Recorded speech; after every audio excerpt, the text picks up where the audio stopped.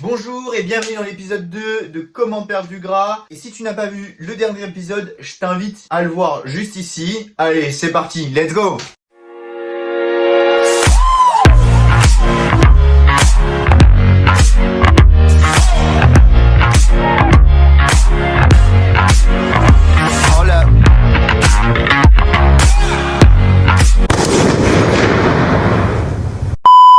Tout le monde veut perdre du gras, mais en réalité, ce qu'on veut perdre, c'est pas du gras, c'est de l'énergie. Il faut imaginer que notre corps, c'est une grande réserve à énergie.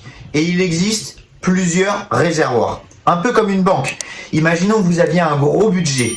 Il faudrait répartir votre budget sur différents comptes. Un compte où vous utilisez l'argent courant et un compte où vous allez épargner et un compte pour faire autre chose. Le premier de ces réservoirs, c'est les lipides, les réserves en graisse, le tissu adipeux. C'est un gros réservoir d'énergie, mais il existe également un autre réservoir, les muscles.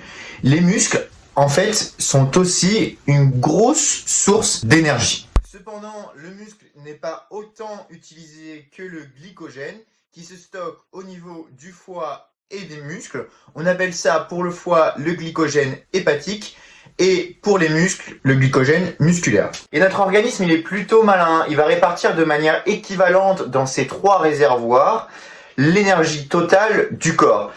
C'est ce qu'on appelle l'homéostasie, l'équilibre. Et cet équilibre, il est indispensable à une vie saine et en bonne santé. Et dans cette série de vidéos, on va voir comment perdre du poids, comment perdre de l'énergie, comment perdre le bon poids, c'est-à-dire au bon endroit, c'est-à-dire pas perdre du muscle et perdre plutôt de la graisse, comment autoriser notre corps à perdre du poids, parce qu'on n'oublie pas, le corps, son objectif, c'est de survivre, et surtout comment créer un bon déficit calorique pour pas perdre en capital de santé.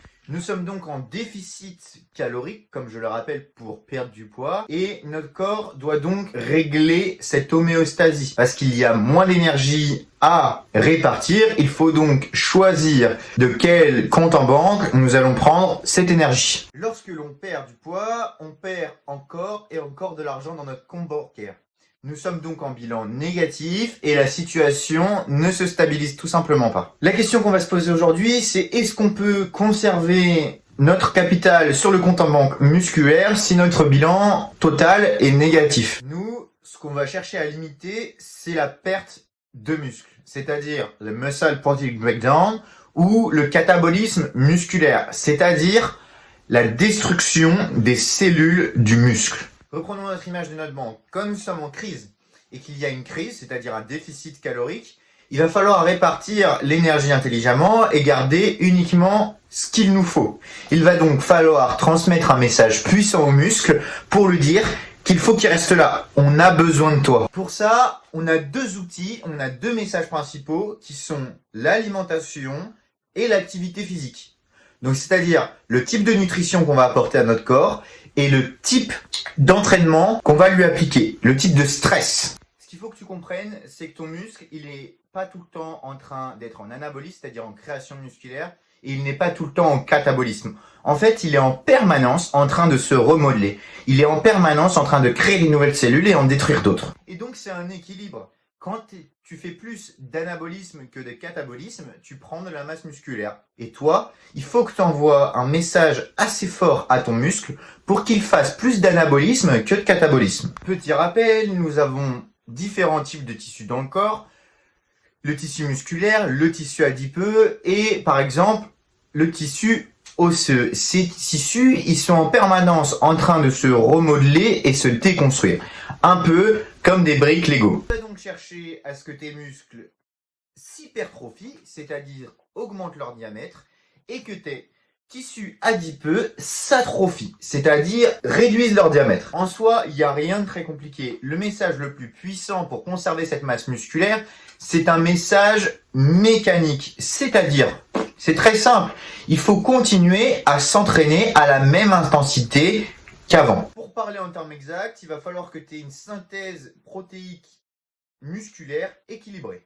Au niveau de l'alimentation, le fait de consommer assez de protéines, c'est-à-dire de briques pour pouvoir construire ton muscle, est essentiel. Il faudra donc que tu consommes au minima 1,8 g de protéines par kilo de poids de corps. Donc, il te faudra coupler ces deux stratégies qui sont s'entraîner assez dur pour pouvoir envoyer un message de conservation de la masse musculaire et une bonne alimentation avec un taux de protéines assez élevé et des bons nutriments. En théorie, on chercherait à s'entraîner de la même manière qu'auparavant.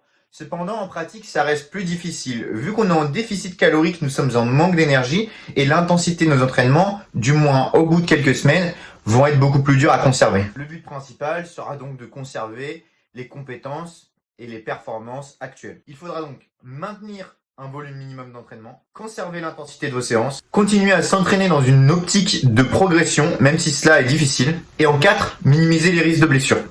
C'est pas le moment de tester vos articulations. Je vais donc te donner quelques petits conseils pour pouvoir conserver l'intensité sans augmenter ton risque de blessure. Mon premier conseil, c'est de garder 1 à 2 répétitions de réserve pour éviter d'être à l'échec musculaire et prendre beaucoup de risques de blessure. En déficit calorique, il faudra que tu conserves tes temps de repos. En effet, si tu empiètres sur ta récupération pendant tes entraînements, tu pourras pas maintenir ta performance et donc tu n'auras pas un stimulus mécanique équivalent.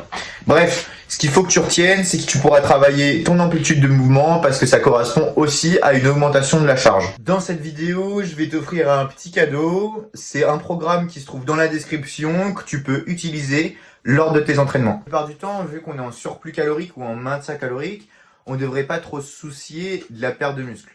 Cependant, nous, on a un réel défi, c'est-à-dire que nous sommes en déficit calorique et il faut qu'on maintienne notre masse musculaire. Vous aurez donc 2 objectifs pour votre alimentation. Maintenir l'alimentation souhaitée sur le long terme et manger les nutriments nécessaires à la prise de muscle et à la conservation musculaire. Donc, pour laisser tes muscles intacts et perdre de la graisse, il faudra que tu manges une quantité de protéines suffisante pour la maintenir, que tu fasses du renforcement musculaire ou de la musculation pour appliquer une tension mécanique assez importante sur ton muscle pour conserver les performances. Et pour l'alimentation, il faudra que tu manges moins de calories que tu en dépenses. Je vais te donner quelques conseils pour tenir sur la durée. Intègre des légumes à la plupart de tes repas, ça va augmenter ton volume alimentaire et du coup tu auras moins faim. Trouve quelques repas pratiques quand t'as pas forcément le temps. Des trucs simples à manger et rapides que tu as toujours sur toi dans ton sac pour pouvoir manger et pas craquer sur le Mars du distributeur qui est juste à côté et que tu rêves de manger. Garde tes calories pour les moments de la journée où t'as vraiment et que tu sais que tu vas vraiment avoir envie de manger. Et essaye de manger aux mêmes heures chaque jour. Ça va habituer ton cerveau à manger à la même heure et tu sais que tu auras de la nourriture à cette heure-là. Tu n'auras donc pas faim. Planifie tes écarts. C'est-à-dire que quand tu vas faire un écart, il faut que tu les planifies dans ton agenda à l'avance. Il faudra que tu manges environ 80 à 90% des repas sains, c'est-à-dire à peu près 9 repas sur 10. Et par exemple, si tu as décidé 3 fois par semaine de faire des petits écarts, je parle pas de cheat meal, des petits écarts, et ben tu les as planifiés et tu sais quand est-ce que tu vas les faire. Ne vous privez pas de manière démesurée. N'oubliez pas que votre corps est en déficit calorique, il n'a donc plus assez d'énergie pour le fournir à l'ensemble des parties du corps. Le déficit calorique ne devra donc pas être monstrueux. Il faudra que tu le fasses petit à petit. Une entreprise ne va jamais donner tout son budget d'un coup. Il faudra donner ton budget et donner un peu d'argent petit à petit. Il existe aussi un autre facteur qui va te permettre d'être en déficit calorique. Il s'agit de l'activité physique. L'activité physique et l'activité cardiovasculaire varient entre chaque individu. Il s'agit de votre mode de vie. En fait, vous êtes plus ou moins actif en fonction de vos activités dans la journée. On va pas parler uniquement des activités que vous pouvez faire en salle de sport comme le tapis de course ou le vélo elliptique. On parle également de toutes les activités que vous allez faire pendant votre journée, c'est-à-dire la marche, la course à pied, aller faire un déménagement, etc. La question qu'on se pose maintenant, c'est est-ce que le cardio est vraiment nécessaire à la perte de poids? Et bien cette question, on y répondra dans le prochain épisode, donc sois au rendez-vous. Sur ce les gars, merci d'avoir regardé la vidéo. Allez, ciao!